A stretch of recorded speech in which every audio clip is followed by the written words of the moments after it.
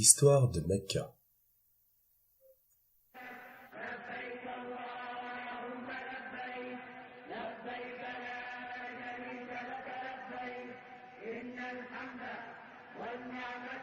Notre histoire commence avec la ville de la Mecque. Il est dit lorsque Adam et Ève ont été renvoyés du paradis que les deux ont été séparés, avec Ève qui atterrit près de la ville de la Mecque et Adam quelque part en Extrême-Orient. Après plusieurs années à se chercher l'un et l'autre, Adam parvient à trouver son chemin à travers la péninsule arabique jusque la Mecque. Et c'est au sommet du mont Arafat, à l'extérieur de la ville de la Mecque, qu'ils ont été réunis.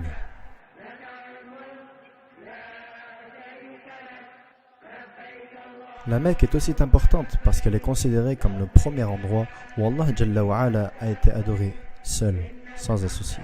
Et ainsi, c'était à cet endroit même qu'Ibrahim et son fils Ismaïl ont construit la première maison d'adoration d'Allah.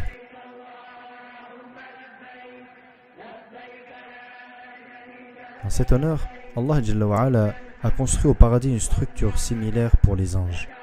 Et il est dit que tous les jours, 70 000 anges viennent à cette construction pour prier et partent ensuite, destinés à ne jamais revenir, comme l'a dit notre prophète alayhi salatu wassalam.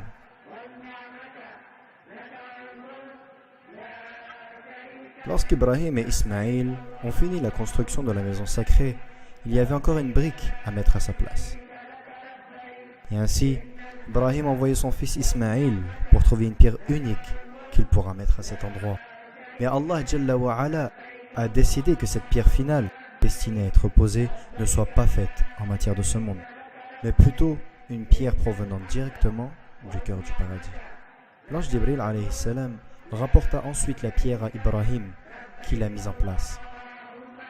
Il est dit que lorsque la pierre descendit, elle était d'une couleur blanche pure.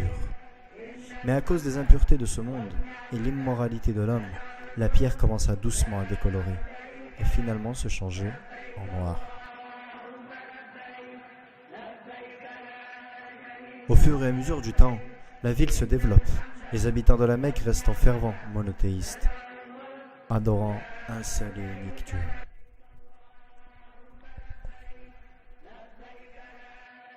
Malgré le fait que leurs voisins en Égypte, Mésopotamie et au Levant pratiquent le paganisme depuis des siècles,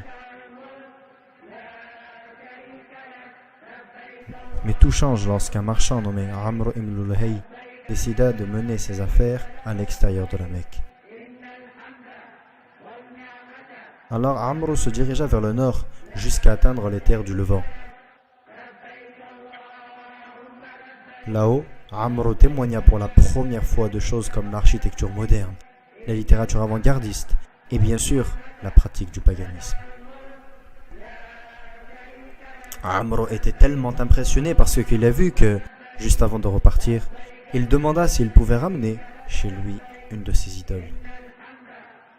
Les gens acceptèrent, et donc Amr prit l'idole et la plaça avec d'autres biens et marchandises dans sa caravane.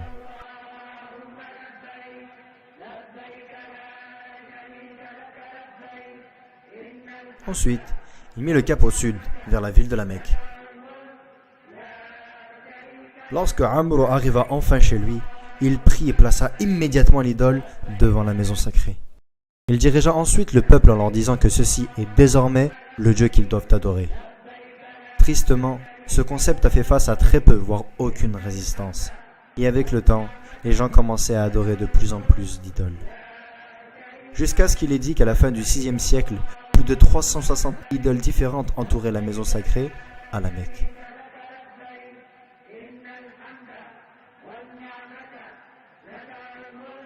Les années passent et le paganisme s'impose à travers le monde. Les gens qui continuent à pratiquer le monothéisme savaient que la venue d'un nouveau prophète était imminente. Et donc, soit par raisonnement déductif ou à travers l'interprétation de leurs textes sacrés, beaucoup déduirent que la péninsule arabique était l'endroit le plus probable où Allah enverrait son nouveau prophète. À l'époque, l'Empire romain et l'Empire perse étaient dirigés par des gouvernements très répressifs et étaient hostiles à toutes sortes de rébellions, qu'elles soient idéologiques ou politiques. Alors que la péninsule arabique, au contraire, bien que profondément enlisée dans le paganisme, était une terre dirigée par des lois tribales et n'a jamais eu de véritable gouvernement central. Le temps passe et de plus en plus de gens commencent à se déplacer dans la péninsule arabique pour attendre la venue du prochain prophète.